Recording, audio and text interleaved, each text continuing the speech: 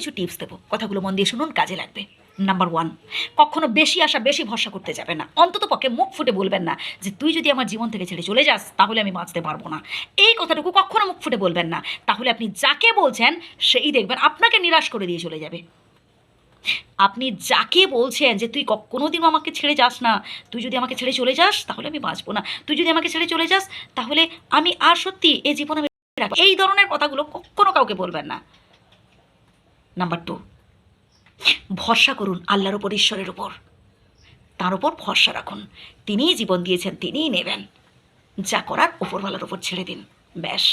ভবিষ্যতে কি হবে, কাল কি হবে, মানে আগামীকাল কি হবে, এসব নিয়ে একদম ভাবতে যাবেন না, ছেড়ে দিন ঈশ্বরের ওপর, ব্যাস। নাম্বার 3, কথাগুলো মন দিয়ে শুনবেন। নাম্বার 3, যতদিন আপনার হাত পা চলছে ততদিন নিজে করার চেষ্টা করুন।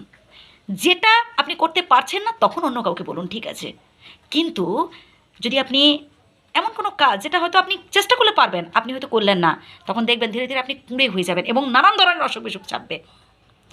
আপনি যদি ধরুন আপনার সামর্থ্য আছে যে উঠে গিয়ে এক গ্লাস জল খাওয়ার, ঠিক আছে, এবার আপনি যদি সেটা না খেয়ে, মানে নিজের থেকে না গিয়ে জলটা না খেয়ে আপনি যদি চাকর বাকরের উপর ভরসা করে থাকেন, তাহলে একটা সময় দেখবেন সেই চাকর বাকরও আপনার সাথে দুর্ব্যবহার করবে। যেটা আপনি পারছেন করুন, যত কাজ করবেন, কঠিন পরিশ্রমের কথা আমি বলছি না, কারণ বয়স হয়ে গেছে, যতটুকু করছেন আর কি, যতটুকু আপনার সামর্থ্য অনুযায়ী কাজ করতে পারবেন আর কি করুন। এতে না মানে হাত পা সচল থাকে এবং মনও ভালো থাকে। এরপরের পয়েন্টটাও গুরুত্বপূর্ণ। যারা বয়স্ক মানুষ, যারা আমার বয়স্ক বন্ধু, এই চ্যানেলে যারা রয়েছেন অবশ্যই তারা শুনুন, এবং যারা এই মুহূর্তে আমাকে মানে কথাগুলো শুনতে পাচ্ছেন পুরোটা কমপ্লিটলি শুনুন, আপনারই কাজে লাগবে। একটা কথা হচ্ছে কি, আমি দেখেছি, আমার দাদুর ক্ষেত্রেও দেখেছি, আমার দিদার ক্ষেত্রেও দেখেছি, আশেপাশে অনেক বয়স্ক মানুষদের ক্ষেত্রেও দেখেছি, তারা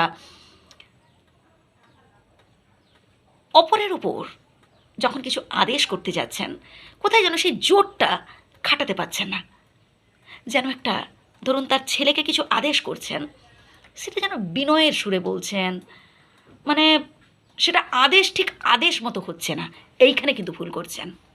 আপনি আপনার পরিবারের হেড, বয়স হলো তো কী হয়েছে, আপনি আপনার পরিবারের মাথা, সবার বড় হলো মাথা, তাই না?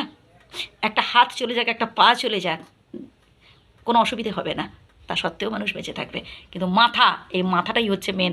ভুল বলছি কি বন্ধুরা? যদি ভুল বলে থাকে কমেন্ট করে জানাবেন। দেখুন, এবার সেই মাথার কতটা গুরুত্ব রয়েছে। এবার আপনি যদি কোনো আপনি কোনো আদেশ করছেন, কি আপনার যেখানে বলার প্রয়োজন, আপনার পরিবারের হয়তো আপনার থেকে মতামত নিচ্ছে, আপনাকে জিজ্ঞেস করছে, সেই স্পেসটা দিচ্ছে, আপনি যদি মিনমিন করে